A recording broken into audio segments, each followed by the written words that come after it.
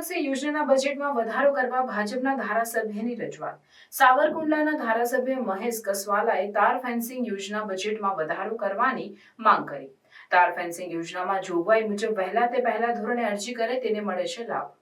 આઈ ખેડૂત પોર્ટલમાં થતા ઓનલાઈન રજીસ્ટ્રેશનમાં લાભાર્થીના લક્ષ્યાંક વધારવા રજૂઆત। નીલગાય અને ભૂંડના ત્રાસથી પાક નુકસાન ટાળવા તાર ફેન્સિંગની યોજના અમલી છે। 2025-26ના બજેટમાં તાર ફેન્સિંગ યોજના માટે બજેટમાં નોંધપાત્ર વધારો કરવા માંગ કરાઈ। જંગલી પશુઓનો ત્રાસ સૌરાષ્ટ્રના ખેડૂતો માટે ખૂબ મહત્વનો પ્રશ્ન છે। સરકારની તારની વાડની યોજના એના માટે કારગત પણ નીવડી છે।